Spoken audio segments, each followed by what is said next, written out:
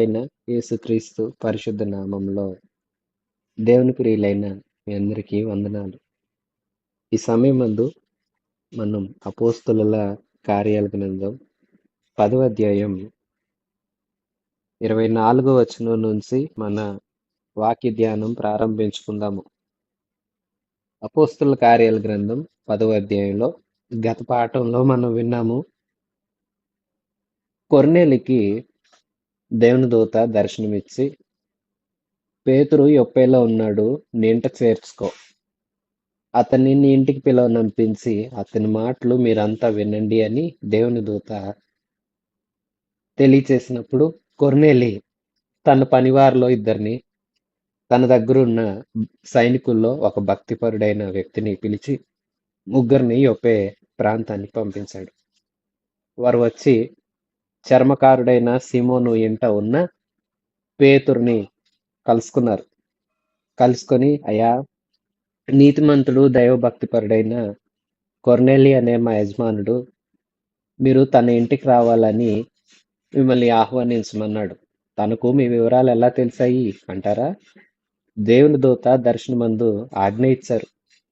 అందుకోసమే ఆయన మిమ్మల్ని పిలిపించమని, మీకు ఈ సమాచారం తెలియచేయమని మమ్మల్ని పంపించారు అని వారు వచ్చి పేతురుకు సమాచారం ఇవ్వటంతో పేతురు యొప్పేకు బయలుదేరాడు. తనతో కూడా ఆ ప్రాంతపు వారు కొందరు సహోదరులు పేతురు వెనకాల ప్రయాణం కట్టారు. అందరూ ప్రయాణించారు. అపోస్తలుల కార్యాల గ్రంథం 10వ అధ్యాయం 24వ వచనం నుంచి, మరునాడు వారు కైసరయలో ప్రవేశించి, అప్పుడు కొర్నేలి తన బంధువులను ముఖ్య స్నేహితులను పిలిపించి వారి కొరకు కనిపెట్టుకుని ఉండెను.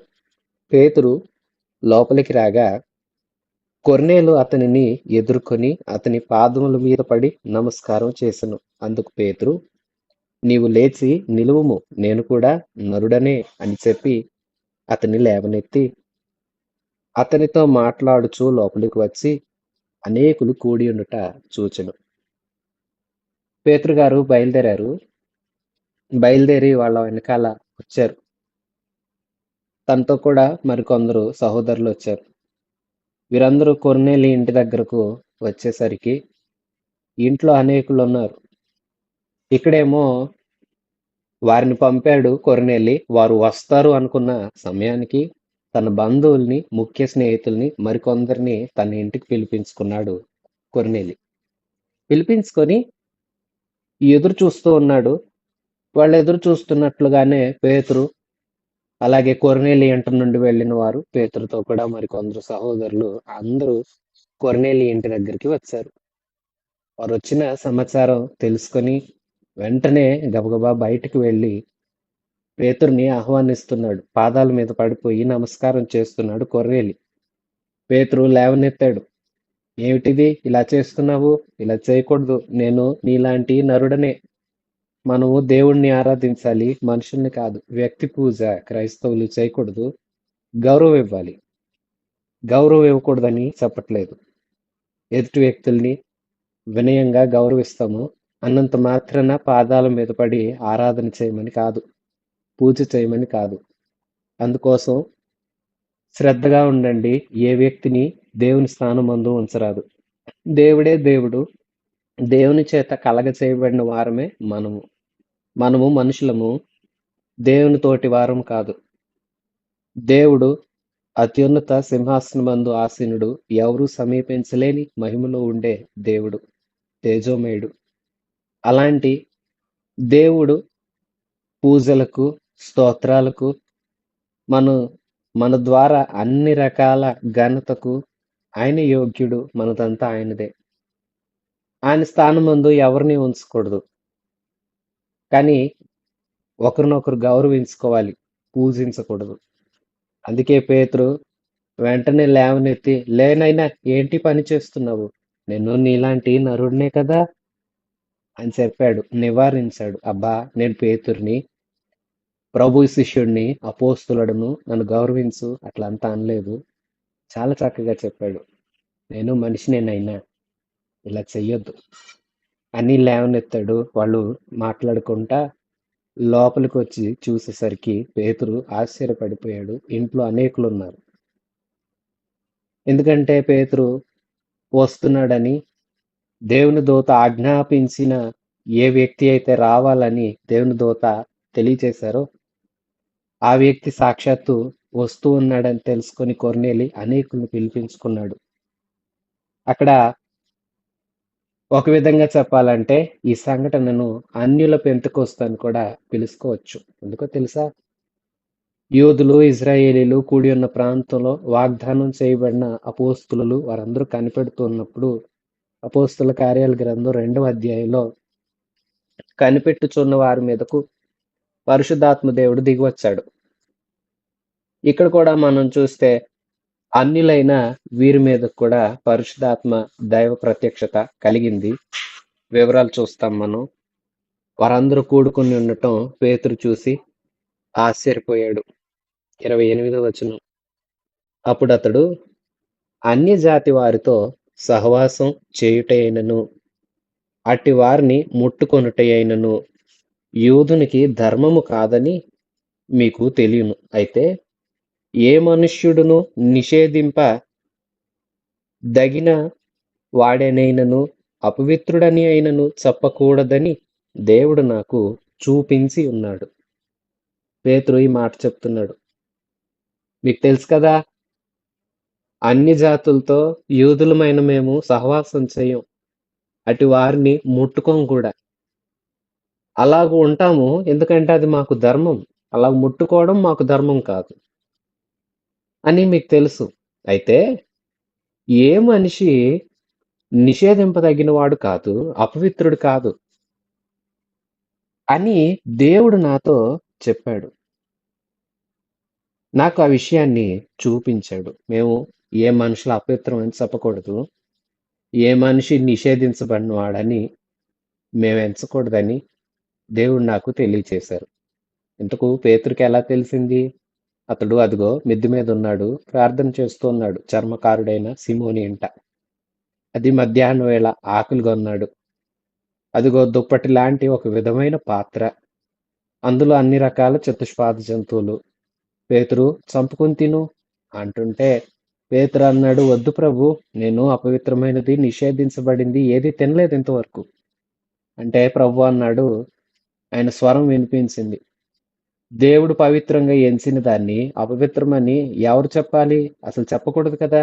చెప్పడానికి మనుషుడు ఏ పాటివాడు అన్నట్లుగా ప్రభు మాట్లాడితే ఆశ్చర్యపోయాడు. ఆ దర్శనం యొక్క భావం అర్థం కాల. అది అర్థం చేసుకుందామని ఆలోచిస్తున్న లోపే అక్కడికి 3 మనుషులు వచ్చారు. అప్పుడు ఆత్మదేవుడు చెప్పాడు, నీ కోసం కొంతమంది వచ్చారు, వారితో కూడా నువ్వు వెళ్ళు. అప్పుడు కొద్దిగా గ్రహిస్తున్నాడు. ఎప్పుడైతే కొర్నేలి వివరాలు విని ఈయన తన ఇంటికి వెళ్ళాలి అన్న సమాచారం పేతురుకు తెలిసిందో అప్పుడు గ్రహింపులోనికి వచ్చాడు. ఏమనంటే, మేము యూదులము, మా వరకే కాదు సువార్త, మా వరకే కాదు వరాలు, మా వరకే కాదు దేవుడు మాకు మాత్రమే దేవుడు కాదు. అలాగని మేము గొప్పవారము, యోగ్యులము అన్నట్లుగా కూడా కాదు. ప్రభు గొప్పవాడు, ఆయన ఎదుట అందరం ఒకటే. క్రీస్తు యేసు ప్రభు శిలువనందు అన్ని జాతుల కోసం, అన్ని మతాల కోసం, అన్ని భాషలు మాట్లాడు ప్రజలు, అన్ని ప్రాంతాల వారి కోసం మరణించి అందరి పాపాలను క్షమించి సజీవుడై తిరిగి లేచాడని గ్రహించుకున్నాడు. అందుకే ఈ మాటలు రాగానే చెప్తున్నాడు. అయితే దేవుడు ఏ మనిషిని నిషేధించకూడదని చెప్పాడు, నేను అందుకే వచ్చా అంటున్నాడు తన మాటలు. చూడండి 29వ వచనం. కాబట్టి నన్ను పిలిచినప్పుడు అడ్డమేమియో చెప్పక వచ్చితిని గనుక ఎందు నిమిత్తము నన్ను పిలిపించితిరో దాన్ని గూర్చి అడుగుచున్నానని వారితో చెప్పాను. అప్పుడు పేతురు అంటున్నారు, అయ్యా ఇదిగో ఇలా దేవుడు నాకు చూపించాడు కాబట్టి వీళ్ళొచ్చి నన్ను అడగగానే ఏం అడ్డం చెప్పకుండా, అసలు ఏంటి అని కూడా అనకుండా, కేవలం నీ వివరాలు అట్లా చెప్పారని నేను వచ్చేసాను. ఇప్పుడు మీరు నన్ను ఎందుకు పిలిపించారు, విషయం చెప్పండి అంటున్నాడు పేతురు. అందుకు కొర్నేలి, 4 దినముల క్రిందట పగలు 3 గంటలు మొదలుకొని ఈ వేళ వరకు నేను ఇంట ప్రార్థన చేయుచుండగా ప్రకాశమానమైన వస్త్రములు ధరించిన వాడొకడు నా ఎదుట నిలిచి, కొర్నేలి, నీ ప్రార్థన వినబడెను, నీ ధర్మ కార్యములు దేవుని సముఖమందు జ్ఞాపకము ఉంచబడి ఉన్నవి గనుక నీవు యొప్పేకు వర్తమానము పంపి పేతురు అను మారుపేరు గల సీమోనును పిలిపించుము. అతడు సముద్రపు దరినున్న చర్మకారుడైన సీమోను ఇంట దిగియున్నాడని నాతో చెప్పెను.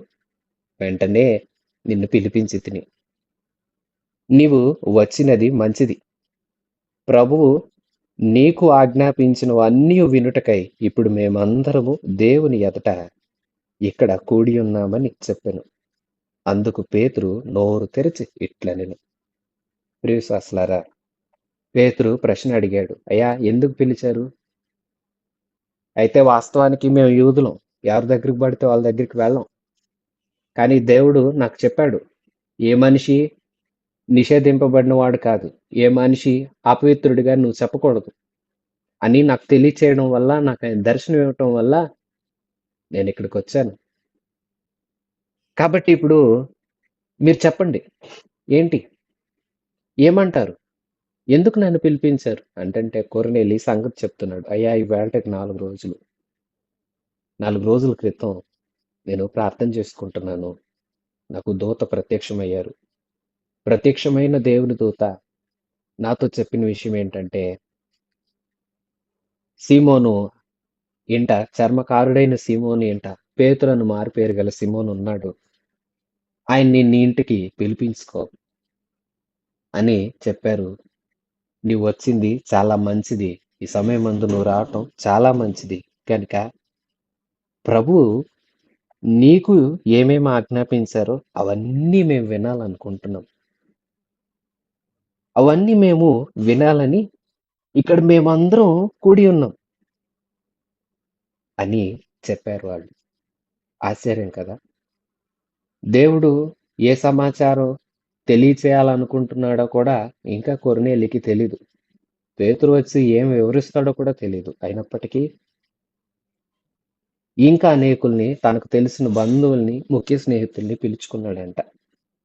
విశ్వాసులారా, ఈవేళ కూడా క్రైస్తవులు ఇంట వారు ఏ సహవాసాలకు వెళుతున్నారో ఆ సహవాసపు సేవకుల్ని, ఆ సహవాసంలో ఉన్న విశ్వాసులందరినీ పిలిచి, అయ్యలారా, మా ఇంట ప్రార్థనా కుడికై ఏర్పాటు చేయండి అని కోరతారు. సరే, కోరారు కదా అని ఏ విశ్వాసి అయితే అలాగూ కోరారో ఆ విశ్వాసి ఇంటికి ఆ సహవాసంలో ఉన్న మిగతా విశ్వాసులు, వారి కుటుంబాలు, సేవకుడు వెళతారు. వీరందరూ కలిసి దేవుని నామాన్ని గణపరచబడేటట్లు ఆరాధన చేసుకుంటారు. చాలా సంతోషం. అయితే ఈ విశ్వాసులు మర్చిపోయే విషయం ఏంటంటే, దేవుణ్ణి ఎరిగిన వారందరినీ పిలుస్తారు. దేవుణ్ణి ఎరిగిన వారందరూ వస్తారు, ప్రార్థన చేస్తారు, అందరూ సంతోషిస్తారు. వారికి భోజనాలో లేదంటే ఫలహారాలు ఏవో ఒకటి ఏర్పాటు చేస్తారు, ఆతిథ్యం సిద్ధం చేస్తారు. వచ్చిన వారు ఆతిథ్యాన్ని అందుకుంటారు, సేవకుడిని కూడా గౌరవించుకుంటారు. ప్రార్థన కుడికి అయిపోతుంది. చాలా మంది తెలుసుకోలేకపోతున్న విషయం ఏంటంటే, సువార్త తెలిసిన వారిని, దేవుణ్ణి ఆరాధిస్తున్న వారిని నువ్వు పిలుస్తున్నావు, చాలా సంతోషం. మరి ప్రియ విశ్వాసి, రక్షింపబడిన నీవు నీ ఇంట ప్రార్థన జరిగేటప్పుడు రక్షింపబడని వారిని ఆహ్వానించాలి కదా. వారు వచ్చి దేవుని మాటలు వినాలి కదా. వారు వచ్చి దైవ ప్రత్యక్షం ఏంటో, దేవుడేంటో, ఆయన ఏమై ఉన్నాడో అన్నీ తెలుసుకోవాలి కదా. కొర్నేలి ఆ పని చేస్తున్నాడు. తనకు తెలిసిన వారిని, తన బంధువుల్ని, ముఖ్య స్నేహితుల్ని పిలిపించాడు. ఎందుకంటే వచ్చే ఆయన దేవుడు చెప్పి తీసుకురమ్మన్న వ్యక్తి. దేవుడే ఒక ఆయన ఇంటికి తీసుకురమ్మన్నాడు. ఆయన వచ్చి దేవుని గురించే చెప్తాడు. దేవుని గురించి చెప్తాడన్నప్పుడు నేను ఆ దేవుడి గురించి తెలుసుకుంటాను. నాతో కూడా ఉన్నవారు కూడా ఆ దేవుని గురించి తెలుసుకోవాలి అని ఆశపడి వాళ్ళు వచ్చే ఈ 4 రోజుల వ్యవధిలోపే అందరినీ పోగు చేశాడంటే ఎంత మంచి మనస్సాక్షి అతనిలో పనిచేస్తుందో చూడండి.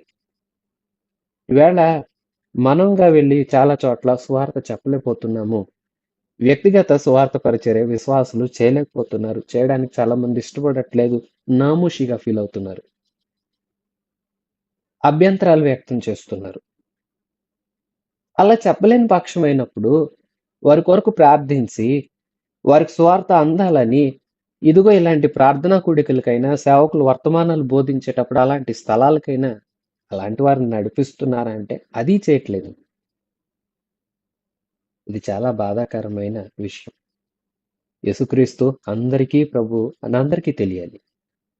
యేసుక్రీస్తు అందరి కోసం ప్రాణం పెట్టాడు. అది అందరికీ తెలియాలి. నీవు తెలుసుకొని ఆనందిస్తే సరిపోదు. తెలుసుకోని వారికి కూడా నువ్వు చెప్పాలి. వింటున్న విశ్వాసి, నీ సంగతేంటి? మీ ఇంట ప్రార్థనా కూడికలు జరుగుతున్నప్పుడు మీరెవరిని ఆహ్వానిస్తున్నారు? ఒకసారి ఆలోచించండి. తెలిసిన వారిని, సుపరిచితుల్ని, సహవాసంలో ఉన్న వారిని, సేవకుల్ని ఆహ్వానిస్తున్నారు. దేవునికి స్తోత్రం. అయితే దేవుని యందు లేని అన్యులను కూడా ఆహ్వానించండి. వారు కూడా రావాలి. అసలు వారే రావాలి. వీరి వద్ద వీరుండాలి. వీరు దేవుని నామాన్ని మహింపరుస్తూ మీ కుటుంబ పక్షంగా ప్రార్థన చేస్తారు. వారు రావాలి. ఎందుకంటే వారు సువార్త తెలుసుకుంటారు. దేవుని గురించి తెలుసుకుంటారు.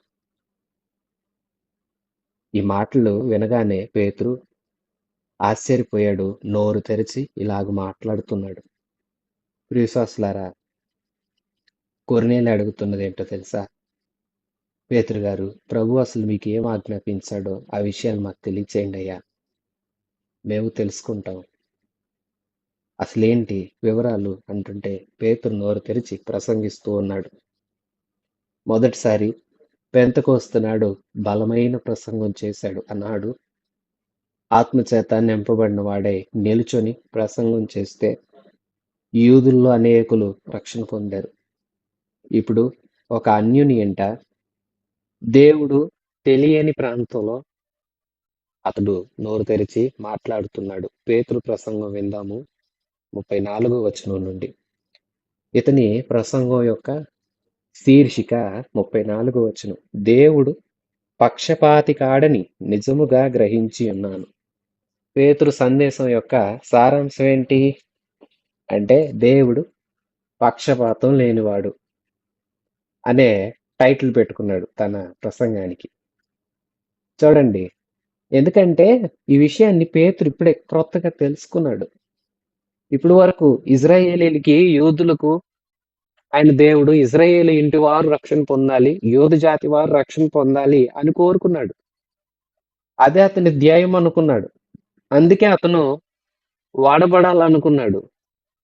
అందుకే ఆ ప్రాంతంలో నేను నిలవాలనుకున్నాడు. కానీ ఈవేళ తెలుసుకున్న సంగతి ఏంటంటే దేవుడు పక్షపాతం లేనివాడు. ఆయన యూదులను ఎంత ప్రేమిస్తున్నాడో అన్యులను అంత ప్రేమిస్తూ ఉన్నాడు. అందుకే ఆయన పక్షపాతి కాడని నిజముగా నేను గ్రహించాను.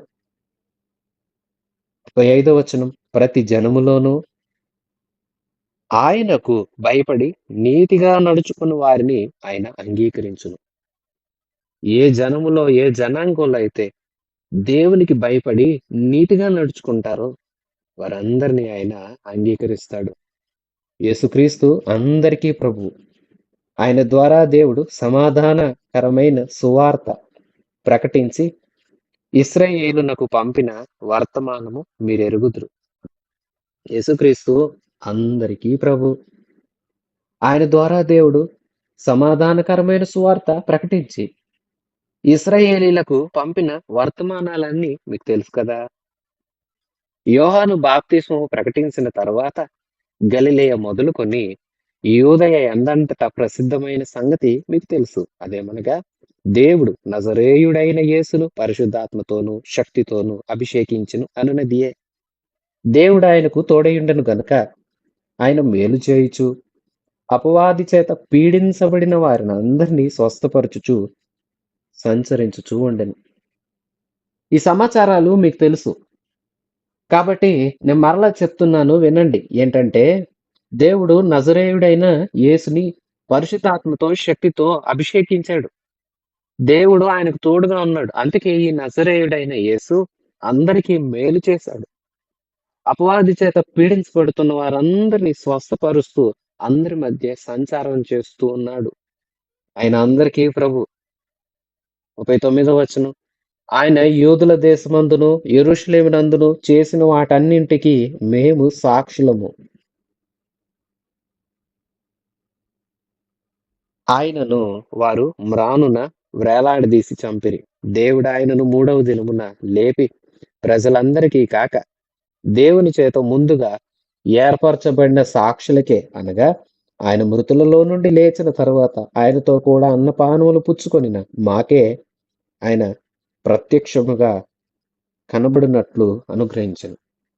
ఇప్పుడు ప్రభువుని గురించి పేతురు చెప్తున్నాడు ఏమనంటే, ఇదిగో నజరేయుడైన యేసు, దేవుడు ఆయన ఆత్మచేత అభిషేకించి శక్తి గలవాడిగా ప్రజల మధ్య నిలబెడితే, ఆ ప్రజల మధ్య ఉన్న నజరేయుడైన యేసు ప్రజలకు మేలు చేశాడు. అనేకుల్ని వ్యాధి పీడితుల్ని, సైతాన్ పీడితుల్ని, అపవాది చేత శోధించబడుచున్న వారిని, చీకట్లో ఉన్న వారిని అందరిని వెలుగులోనికి తీసుకువచ్చాడు. నడవలేని వారికి నడకనిచ్చాడు. వినలేని వారికి వినికిడిచ్చాడు. చూడలేని వారికి చూపునిచ్చాడు. మాట ప్రసాదించాడు. రోగాలు వెళ్ళగొట్టాడు. చచ్చిన వారిని లేవనెత్తాడు. అలాంటి మహనీయుణ్ణి వారు యూద అధికారులు, యూద మత నిష్ట కలిగిన వారు, మత ప్రముఖులు ఏం చేశారంటే మ్రానున ఆయన్ను వేలాడదీసి చంపారు. సిలువ వేశారు. సిలువ వేసి శ్రమ పెట్టి ఆయన్ని చంపేశారు. అయితే దేవుడు ఆయనను మూడవ దినాన తిరిగి లేపాడు.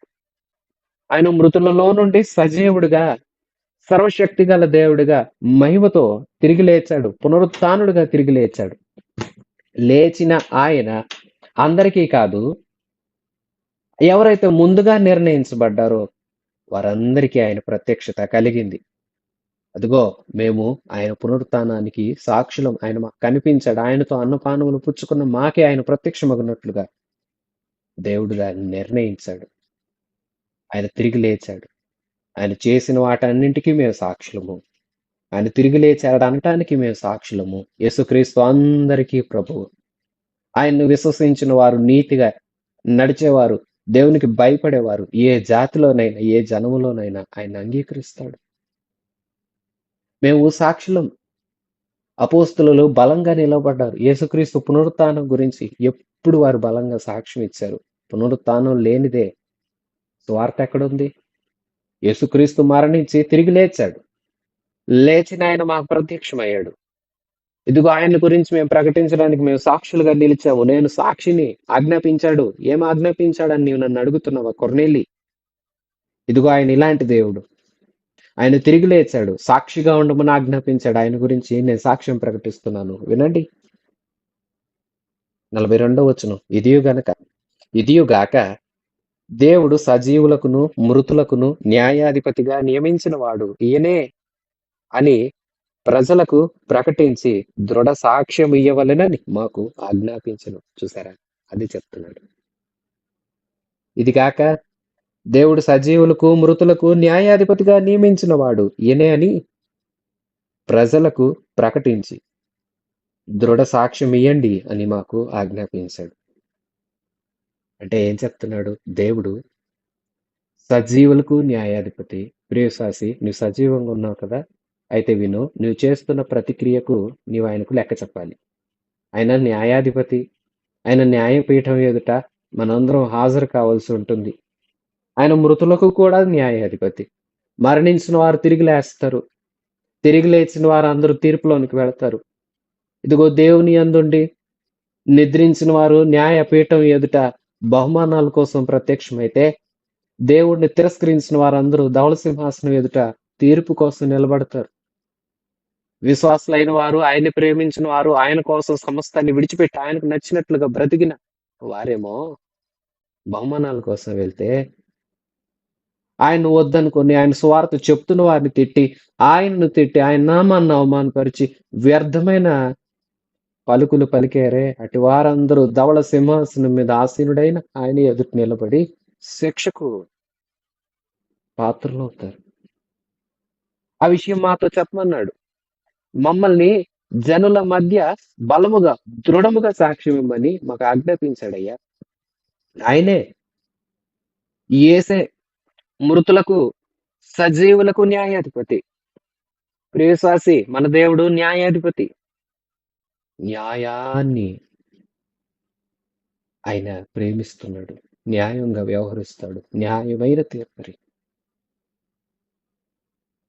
ఏది పడితే అది చేయ వీల్లేదు. నరులు నిన్ను చూడకపోవచ్చు, దేవుడు నిన్ను దృష్టిస్తూ ఉన్నాడు. జాగ్రత్త. ఆయన న్యాయాధిపతి. మృతులు కూడా తిరిగి లేస్తారు, సజీవులు కూడా, మృతులు కూడా, సజీవులైన వారు, అప్పటికి బ్రతుకున్నవారు, మరణించిన వారు కూడా మరల తిరిగి లేచి అందరూ ఆయన ఎదుట హాజరవ్వాల్సింది. అందరికీ ఆయన న్యాయాధిపతి. ఈ విషయాన్ని గురించి సాక్ష్యం చెప్పమని మాకు ఆజ్ఞాపించాడు. ఆ సాక్ష్యమే నేను ఈవేళ మీ మధ్య చెప్తున్నాను. 43వ వచనం. ఆయన యందు విశ్వాసముంచు వాడు ఎవడో వాడు ఆయన నామము మూలముగా పాప క్షమాపణ పొందునని ప్రవక్తలందరూ ఆయన గురించి సాక్ష్యమిచ్చుచున్నారు అనెను. ఇంకా చెప్తూ అంటున్నాడు, ఆయన యందు విశ్వాసం ఉంచే ప్రతివాడు ఆయన నామం మూలంగా పాప క్షమాపణ పొందుతాడని ప్రవక్తలు కూడా సాక్ష్యం ఇస్తున్నారు. వారు సాక్ష్యం ఇచ్చారు, మేము సాక్ష్యం ఇస్తున్నాము. మేమందరం కలిసి ప్రభు గురించి చెప్పేది ఏంటంటే, ఓ ప్రియులైన సహోదరులారా, సహోదరులారా, వినండి, ఆలకించండి. మేము ప్రకటిస్తున్న ప్రభు నామంలో ప్రతి వారికి పాప క్షమాపణ దొరుకుతుంది. మనిషి చేసిన ప్రతి పాపం నుండి ఆయన విడిపిస్తాడు. ఆ నామాన్ని విశ్వసించాలి. యేసు నామం, ఆ నామం మీద విశ్వాసం ఉంచి ఆయన ప్రభు అని నోటితో ఒప్పుకొని, ప్రభు నీవు నా ప్రభు గనుక నన్ను ఏలు, నాకు రాజుగా నీవు ఉండు, నాకు రాజుగా నీవు ఉంటున్నావు గనుక నీవు పరిశుద్ధ దేవుడు అయ్యా. నేను ఇదిగో పాపిని, నేను గతంలో ఇలాంటి కార్యాలు జరిగించాను. ఇప్పుడు నా మీద నీ అధికారానికి నేను ఒప్పుకుంటున్నాను, ఎందుకంటే నీవే నన్ను సృష్టించిన వాడు. దయచేసి నా గత జీవితాన్ని క్షమించు, ఇప్పటి నుంచి నీకు ఇష్టమైన బిడ్డగా నన్ను బ్రతికించు అంటూ ఎవరైతే ఒప్పుకుంటారో వారందరూ ఆయన నామాన పాప క్షమాపణ పొందుతారు. ఆ పాప క్షమాపణ పొందుతారని మేము సాక్ష్యమిస్తున్నాము. ప్రవక్తలు కూడా ఆయన గురించి సాక్ష్యమిస్తూ ఉన్నారు అంటూ పేతురంట 44 వచనం. పేతురు ఈ మాటలు ఇంకా చెప్పుచుండగా అతని బోధ వినుచున్న వారందరి మీదకు పరిశుద్ధాత్మ దిగెను. దేవుని పరిశుద్ధ నామానికి మహిమ కలుగును గాక. ప్రియశ్వాసులారా, పేతురు ఈ మాటలు ఇంకా చెప్తున్నాడు. ఎవరు అప్రవక్తలు? ఎలాంటి సాక్ష్యం ఇస్తున్నారు? నజరేయుడైన యేసుతో ఈయనకున్న అనుబంధం ఎట్టిది? ఆయన ఎలాంటి దేవుడై ఉన్నాడో ఇంకను వారికి విపులంగా వివరిస్తూ ఉంటే వారందరి మీదకు ఆత్మ ప్రత్యక్షత కలిగింది.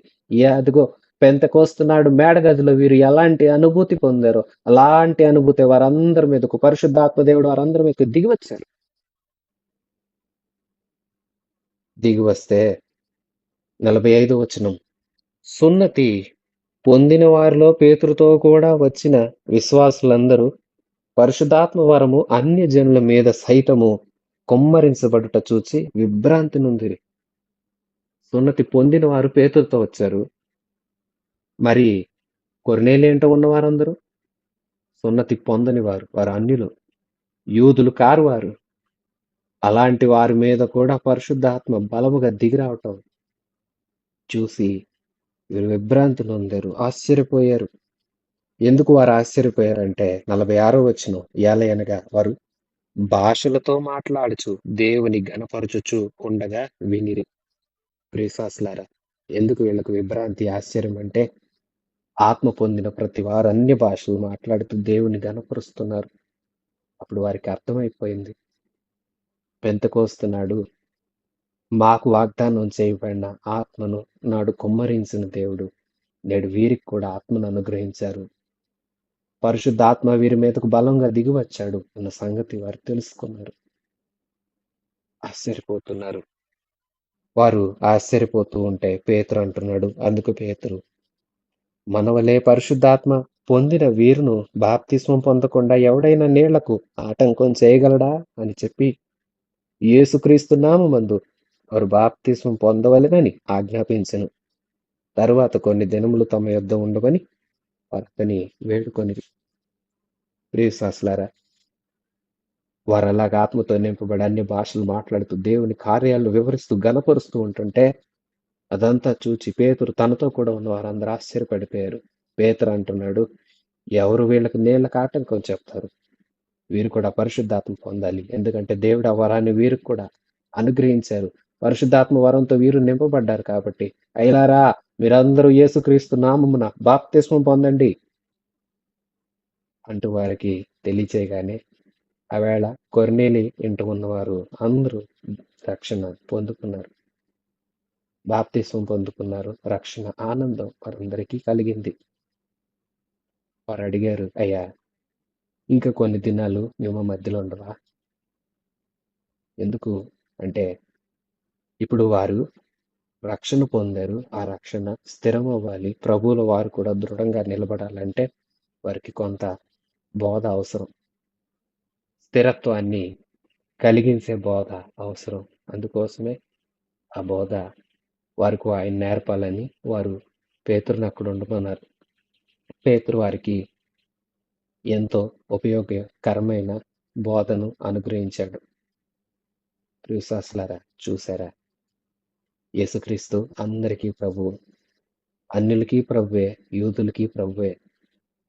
యూదులు గొప్ప భాగ్యాన్ని ప్రభువు వారికి ఇచ్చిన ఆ ఇజ్రాయేలు జాతి వారు దేవుణ్ణి దేవుడిగా మహింపరచలేదు.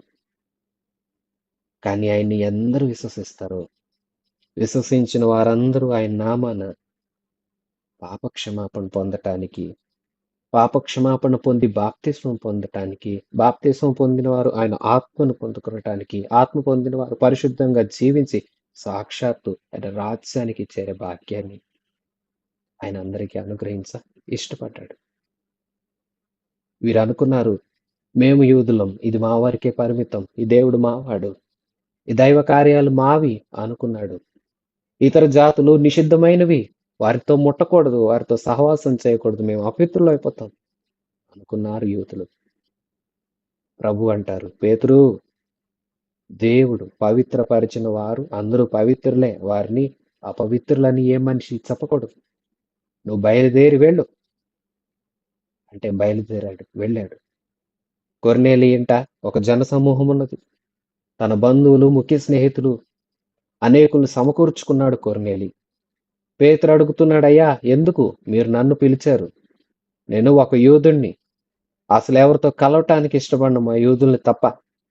అలాంటిది దేవుడు నన్ను ఏ మనిషి నిషిద్ధముగా ఎంచకూడదని, ఏ మనిషిని అపవిత్రుడని మేము చెప్పకూడదని నాకు చూపించాడు దర్శనమందు. అందుకే నేను వచ్చాను. ఎందుకు పిలిచావు చెప్పు. కొర్నేలి అంటాడు, అయ్యా నేనుగా నిన్ను పిలవలేదు, నువ్వెవరో నాకు తెలియదు కదా. దేవుని దూత నాకు ప్రత్యక్షమై ఈ మాట చెప్పారు, నిన్ను నా ఇంటికి చేర్చుకునమని. అందుకే నా ఇంటికి నిన్ను ఆహ్వానించాను. ప్రభువు నీకేమై ఉన్నాడో, ప్రభు నీకేం తెలియచేశాడో అది మాకు చెప్పు. పేతురు అంటాడు, దేవుడు నిజముగా పక్షపాతి కాడని ఈవేళ నేను తెలుసుకున్నాను. ఆయనలో పక్షపాతం లేదు. ఏ జనములోనైనా, ఏ జాతిలో అయినా ఆయనకు ఎవరైతే భయపడతారో, నీతిగా ఎవరైతే నడుచుకుంటారో వారందరూ అంగీకరించబడతారు. వారందరూ ఆయన నామమందు పాపక్షమాపణ పొందడానికి వారికి ఆయన కృప చూపుతాడు. అదిగో అందరి మీద ఆయన దయ ఉన్నది. ఆయన మహత్కార్యాలు, సూచక క్రియలు, మేలులు జరిగించే దేవుడు.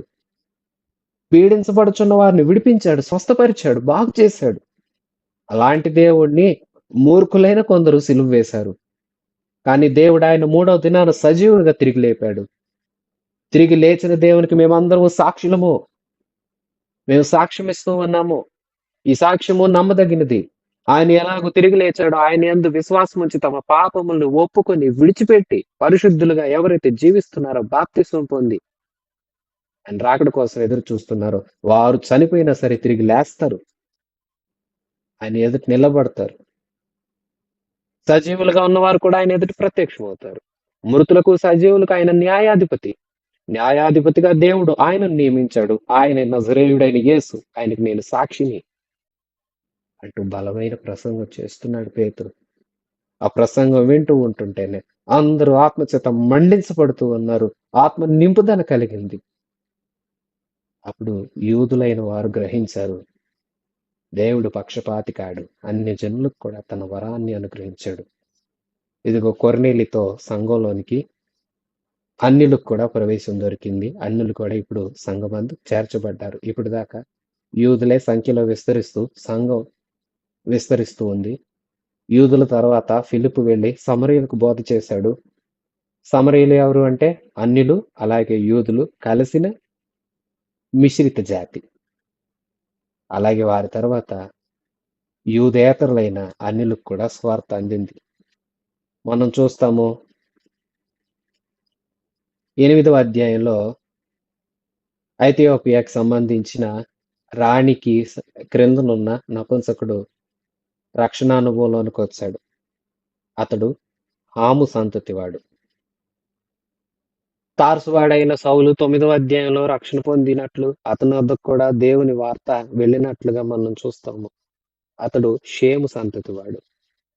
ఇదిగో ఈ 10వ అధ్యాయంలో రక్షించబడిన కొర్నేలి అతని కుటుంబం యాపెతు సంతతి వారు. షేము, హాము, యాపెతు వీరు ముగ్గురు నోహు యొక్క కుమారులు. జల ప్రళయానికి ముందు ఉన్న జాతినంతా దేవుడు తుడిచిపెట్టి కేవలము నోహు కుటుంబాన్ని మాత్రమే ఓడలో ఉంచి ఆ ఓడ నుండి జల ప్రళయంలో తరువాత వారిని బయటికి తీసుకుని వచ్చాడు. ఈ ముగ్గురు కుమారులు హాము, షేము, యాపెతు వీరి ద్వారానే భూమి యొక్క వంశాలన్నీ విస్తరించబడ్డాయి. అందుకే ఆ 3 జాతుల వారికి కూడా దేవుడు సువార్త అందించాడు. అంటే దేవుని సంకల్ప పరిధిలో అందరూ రక్షణ పొందాలని ఉన్నది. ప్రియసాసి, మరి నీవు రక్షణ పొందావు కదా? నీటి వారందరూ రక్షణ పొందారా? అందరూ యేసయ్యను ఎరిగి ఉన్నారా? నీ బంధువుల సంగతి ఏంటి? నీ ముఖ్య స్నేహితుల సంగతి ఏంటి? నీతో కూడా ఉంటున్న వారి సంగతి ఏంటి? వారికి కూడా స్వార్థ అందాలి. ప్రభు అందరినీ కోరుకుంటున్నాడు. అందరినీ క్షమించ సిద్ధం కలిగిన మనస్సు ఆయనకున్నది. అందరినీ ఆయన క్షమిస్తాడు. ఎట్టి పాపినైనా సరే, వాడు ఎట్టివాడైనా, ఆమె ఎటువంటి స్త్రీ అయినా సరే, ఆయన దగ్గర క్షమాపణ దొరుకుతుంది. ఆయన నామమందు క్షమాపణ దొరుకుతుంది. ఆయన నామమందు విశ్వాసం ఉంచువారెవరు వారు పాప క్షమాపణ పొందుకుంటారు. వారు వాళ్ళ పాపాల నుంచి విడిపించబడతారు. పవిత్రులుగా చేయబడతారు. పవిత్రులుగా చేయబడ్డవారు ప్రభు రాజ్యానికి హక్కుదారులు అవుతారు. ప్రియసాసి, రక్షింపబడని వారు ఎందరో ఉన్నారు. వారికి కూడా సువార్త అందాలి. ఇది దైవ చిత్తం. నపుంసకుడుకు సువార్త అందించడానికి ఫిలిప్పును వాడుకున్నాడు దేవుడు.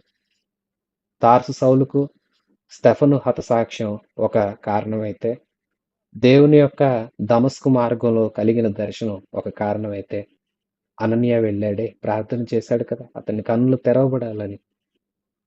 అనన్య కూడా ఒక కారణం. మరి కొర్నేలికి సువార్త అందటానికి దేవుడు పేతురును వాడుకున్నాడు. నీ మిత్రులకు, బంధువులకు స్వార్థ అందటానికి ప్రభువు నిన్ను వాడుకొనగలడు. మరి ఆయన చేతిలో ఆయనకు ఒక సాధనంగా నీవు ఉంటావా? నీవు ఈయనను ఎరిగి ఉన్నావా? ఎరిగి ఉన్న నీవు ఈయనను నీ రక్షకునిగా అంగీకరించావా? రక్షింపబడ్డావా? ప్రియశ్వాసులారా, మనం రక్షణ పొందాలి. ఇతరులు కూడా రక్షింపబడటానికి కారణం అవ్వాలి. యేసుకి మనం సాక్షులముగా నిలవాలి. పేతురు అంటున్నాడు, ఆయనకు మేము సాక్షులం. మరి నీవు దేవునికి సాక్షివేనా? కొర్నేలి కుటుంబాన్ని చూడండి. భయభక్తులు కలిగిన కుటుంబం. వారు ప్రార్థించేవారు. వారికి కలిగిన దైవ ప్రత్యక్షత చాలా కొంచెమే. ఆ కొంచెంలోనే నమ్మకంగా ఉన్నారు కాబట్టి దేవుడు వారికి సంపూర్ణ ప్రత్యక్షత కావాలని పేతురు పంపాడు. మరి నీకు ఇవ్వబడిన కొంచెంలో నీవు నమ్మకంగా ఉన్నావా? అయితే నిన్ను కూడా ఇంకను సంపూర్ణతలోనికి నడిపించడానికి ప్రభువు ఇష్టపడుతున్నాడు. ఇది అపోస్తుల కార్యాల గ్రంథం 10వ అధ్యాయం. కొర్నేలి కుటుంబం రక్షించబడింది. పేతురు వెళ్ళాడు, సువార్త చెప్పాడు. పేతురు ప్రసంగం యొక్క ముఖ్య ఉద్దేశం, దేవుడు పక్షపాతి కాడు. ఆయన అందరినీ ప్రేమిస్తున్నాడు. ప్రియవిశ్వాసి, నిన్ను కూడా ప్రేమిస్తున్నాడు. మరి వింటున్న నీవు, ప్రభు నీవు నన్ను ప్రేమిస్తున్నావు, అందుకు వందనాలు, నేను నా జీవితాంతం నీకు లోబడి జీవిస్తాను అనే యొక్క తీర్మానం, ఆయన కొరకు సాక్షిగా బ్రతకాలన్న తీర్మానం మనలో కలగాలి. మరి ప్రభు అలాంటి కృప మనందరికి అనుగ్రహించి ఈ మాటలు ప్రతి వారి హృదయాల్లో స్థిరపరిచి మహిమ కలిగిన ఆయన రాకడకు మనందరినీ సిద్ధపరచునుగాక. ఆమెన్. ప్రార్థన చేసుకుందాము. ఆశ్చర్యకరుడైన తండ్రి, జీవాధిపతి అయిన ప్రభు, మీ పరిశుద్ధ నామానికి వందనాలు. కొర్నేలి కుటుంబాన్ని నీవు ప్రేమించావు. నీవు నీ సేవకుడిని పంపి రక్షణ సువార్తను అందించావు. వెళ్ళిన నీ సేవకుడు తెలుసుకున్నాడు, నీవు పక్షపాతము లేని దేవుడవని. నిజమే ప్రభు, నీవు ఏ పక్షపాతము లేనివాడవు. మేము కూడా నీవలే పక్షపాతము లేని వారముగా, న్యాయాన్ని అనుసరించి నడిచే వారము ఉన్నట్లు సహాయం చేయండి. ప్రార్థించే వారముగా, మీ అందరూ భయభక్తులు కలిగి మీకు భయపడుచు నీతిని అనుసరించి నడుచుకునే వారముగా మేముండునట్లు సహాయం చేయండి. నీవు అందరికీ ప్రభువు. అందరికీ ప్రభువుగా నీవున్నందుకు, మమ్మల్ని కూడా మీ సంఘంలోనికి ఆహ్వానించినందుకు, నశించిపోతున్న మమ్ములను తండ్రి వెదకి రక్షించుటకై నీవు ఈ భూమి మీదకు వచ్చి సిలువలో మాకై మరణించి తిరిగి లేచి మమ్ములను నీ రాజ్యంలో చేర్చుకున్నట్లుగా మీరు మా కోసం చేసిన త్యాగం కోసం మీకు వందనాలు. మీరు మా కోసం తిరిగి లేచినందుకు వందనాలు. విశ్వసించు వారు ఎవరైతే ఉంటారో వారిని కూడా నీవు నీ రాజ్యంలో చేర్చుకుంటావు అన్న నిశ్చయత మాకు దయచేసినందుకు వందనాలు. ప్రభు, నశించిపోతున్న వారు అనేకులు ఉన్నారు. వారందరి ఎదుట మేము మీకు బలమైన సాక్షులముగా నిలుచున్నట్లు మమ్మల్ని దృఢపరచండి, ధైర్యపరచండి. మీ ఆజ్ఞను మేము శిరసావహించే వారముగా విధేయులముగున్నట్లు సహాయం చేయండి. కొర్నేలి మీ మాటకు లోబడ్డాడు, పేతురును ఆహ్వానించాడు. మేము కూడా మీ మాటకు లోబడి ఇతరులకు సువార్త ప్రకటించే కృప మా ఒక్కొక్కరికి దయచేయమని ప్రార్థిస్తూ, విశ్వాసులను వ్యక్తిగతముగా వారిని అలాగే వారి కుటుంబాలను కూడా మీరు జ్ఞాపకం చేసుకున్నామని, మీ నామమునకు సాక్షులుగా నిలపమని ప్రార్థన చేసి తండ్రి మీ సహాయాన్ని వేడుకుంటూ ఉన్నాము. మీ కృపను మాకు తోడుగా ఉంచండి. మీరు మాకు అనుగ్రహించిన ఈ లేఖనాల కోసం మిమ్మల్ని స్తుతిస్తూ అనేకులు రక్షించబడాలి. అందుకు తండ్రి మీరే యోగ్యులైన వారిని మీ కొరకైన పత్రికలుగా సాక్షులుగా ఉండినట్లు, వారిలో మేము కూడా ఉండినట్లు మమ్మల్ని జ్ఞాపకం చేసుకోమని ప్రార్థిస్తూ, మహిమ ఘనత ప్రభావాలు మీకే ఆరోపిస్తూ యేసు ప్రభుల వారి దివ్య నామమున ప్రార్థిస్తూ ఉన్నాను తండ్రి. ఆమెన్. మన రక్షణకర్త అయిన యేసయ్య కృప, సృష్టికర్త అయిన తండ్రి ప్రేమ, ఆదరణకర్త అయిన పరిశుద్ధాత్మ సహాయం మనందరికీ సదాకాలం తోడయుండి నడిపించునుగాక. ఆమెన్. God bless you.